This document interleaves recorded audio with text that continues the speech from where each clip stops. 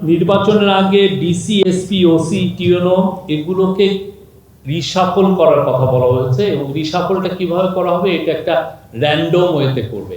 আর আমি আরো অনেকগুলো বিষয় আছে, আমি আমার ডিপিএস আবুল কালাম আজাদ ওনাকে বলবো এই যে রিশাফল থেকে শুরু করে আরো কিছু কিছু নির্দেশনা ছিল ওগুলো নিয়ে বলবেন। রিশাফলের কথা যেটা আলোচনা হয়েছে যে এমপ্লয়ি নাম্বার দিয়ে এই নাম্বার ধরে আপনার রিশাফলিং করে লটারির মাধ্যমে এই ডিপ্লয়মেন্টগুলো এই অ্যাপয়েন্টমেন্টগুলো করা যায় কিনা সেটা ভেবে দেখতে মাননীয় প্রধান উপদেষ্টা বলেছেন, যাতে এই অ্যাপয়েন্টমেন্টগুলোর ক্ষেত্রে কেউ কোনো ধরনের প্রভাব না খাটাতে পারে।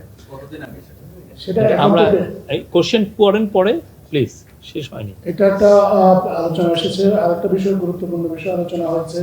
আগে আপনারা জানতেন যে ইলেকশনের সময় 4 দিন একটা পুলিশ বা সিকিউরিটি ফোর্সের একটা ডেপ্লয়মেন্ট হতো।